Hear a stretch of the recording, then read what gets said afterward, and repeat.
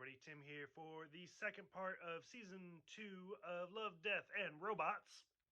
So, I'm just going to go ahead and say I'll just get it right out of the way. Season 2 was not that great. It was really kind of disappointing. So, I talked about in the first part, the first 4 episodes. This is going to be the second part, so the second 4 episodes for a total of 8.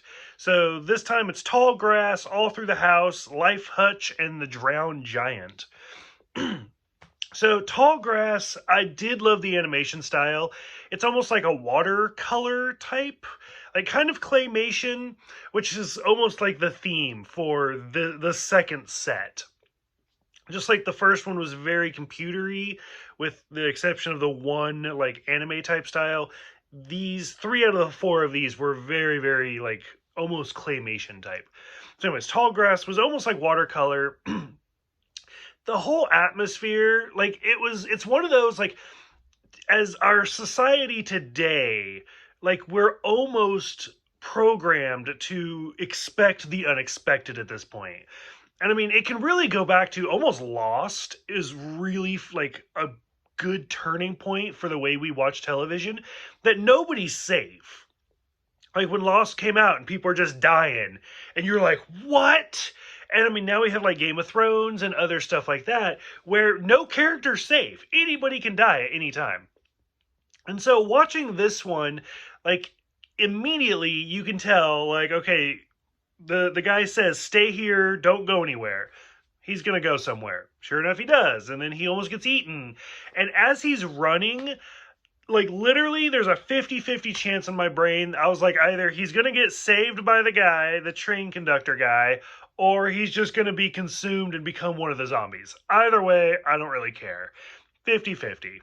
And sure enough, he does get saved. And I was like, literally, even if it had gone the other way, would not have changed my opinion, because it was just so flat.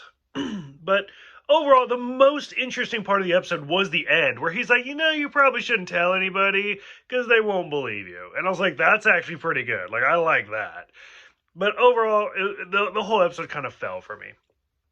All Through the House was really interesting. I did like that one. I'm pretty sure everybody and their brother is going to compare it to like Tim Burton's like A Nightmare Before Christmas, again because of the claymation type style and just the creepiness of it. But I did like it. The whole, just like, it kind of reminded me of the alien from like John Carpenter's The Thing. And just like the hands out was almost like Pan's Labyrinth, and just the way it moved, and he's like, you're good, and you're good. And then just the little girl being like, what if we weren't good? Which to me, like, the first obvious choice is going to be like, well, it would eat you.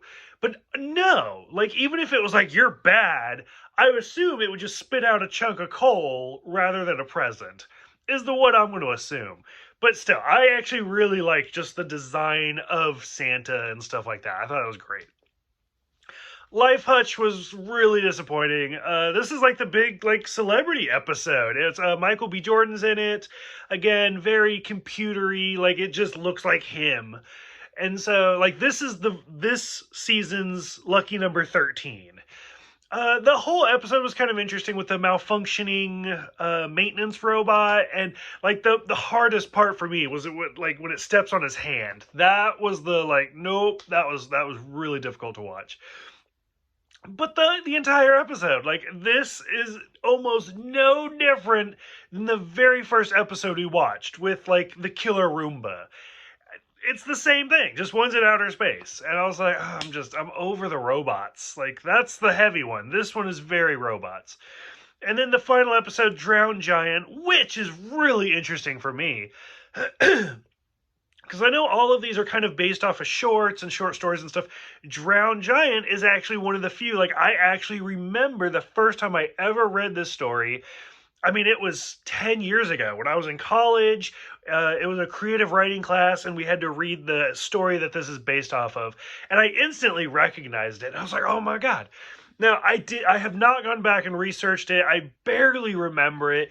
But, and I mean, this is very different. This is much more like modernized if they had found the giant. Whereas the original story, from what I remember, it's not. It's more like a village, and they just kind of push him back in the water. Because I think it's also like a river or something. But anyways, this one was really good. Out of all 8 episodes for the season, this is the only one that actually has nudity, which I was really surprised because season 1 was heavy on the nudity, and this one it's just you see a giant dick and that's it. And I was like, oh, that's kind of surprising.